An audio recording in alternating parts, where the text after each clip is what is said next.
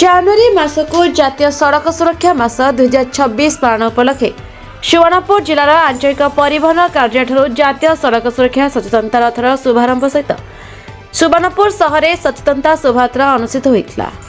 ଏହି ଜାତୀୟ ସଡ଼କ ସୁରକ୍ଷା ସଚେତନତା ରଥ ଏବଂ ସଚେତନତା ଶୋଭାଯାତ୍ରାକୁ ଜିଲ୍ଲାପାଳ ସୁବର୍ଣ୍ଣପୁର ଡକ୍ଟର ନୂପୁର ସାହୁ ଏବଂ ଆରକ୍ଷୀ ଅଧୀକ୍ଷକ ସୁବର୍ଣ୍ଣପୁର ଶ୍ରୀ ନାରାୟଣ ନାୟକଙ୍କ ଦ୍ୱାରା ସବୁଜ ପତାକା ଦେଖାଇ ଶୁଭାରମ୍ଭ କରାଯାଇଥିଲା।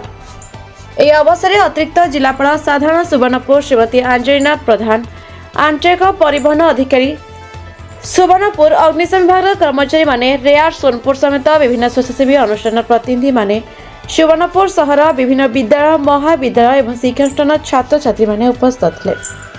ସଚେତନତା ଶୋଭାଯାତ୍ରା ସୁବର୍ଣ୍ଣପୁର ଆଞ୍ଚଳିକ ପରିବହନ କାର୍ଯ୍ୟାଳୟଠାରୁ ବାହାରି ସୋନପୁର ତହସିଲ ଅଫିସ ଛକ, ଉପଜିଲ୍ଲାପାଳଙ୍କ କାର୍ଯ୍ୟାଳୟ ଛକ, ମଝିପଡ଼ା ଦେଇ ସୋନପୁର ବସଷ୍ଟାଣ୍ଡ, ନଳିନୀ ଛକରୁ ପୁଣି ଆଞ୍ଚଳିକ ପରିବହନ କାର୍ଯ୍ୟାଳୟ ଶୋଭାଯାତ୍ରା ଫେରି ଆସିଥିଲେ। ଏହି ଶୋଭାଯାତ୍ରା ସମୟରେ ଛାତ୍ରଛାତ୍ରୀମାନେ ସଡ଼କ ସୁରକ୍ଷା ସମ୍ବଳିତ ବିଭିନ୍ନ ପ୍ଲାକାର୍ଡ ପ୍ରଦର୍ଶନ ସହିତ ସ୍ଲୋଗାନ ଗୁଡ଼ିକ ଜନସାଧାରଣଙ୍କ ସଚେତନତା ପାଇଁ ପରିବେଷଣ କରିଥିଲେ। ଏହି ଅବସରରେ ଜିଲ୍ଲା ପଞ୍ଚାୟତ ଅଧିକାରୀ ତଥା ଜିଲ୍ଲା ସୂଚନା ଓ ଲୋକସମ୍ପର୍କ ଅଧିକାରୀ ସୁବର୍ଣ୍ଣପୁର ଶ୍ରୀ ଅର୍ଜୁନ ମାଝୀଙ୍କ ସମେତ ବିଭିନ୍ନ ସମ୍ବାଦପତ୍ର ଗୁଡ଼ିକର ସାମ୍ବାଦିକ ଏବଂ ବୈଦ୍ୟୁତିକ ଗଣମାଧ୍ୟମର ପ୍ରତିନିଧିମାନେ ଉପସ୍ଥିତ ଥିଲେ। ବ୍ୟୁରୋ ରିପୋର୍ଟ, ଦ ରିପବ୍ଲିକ ଓଡ଼ିଶା 24 ନ୍ୟୁଜ୍।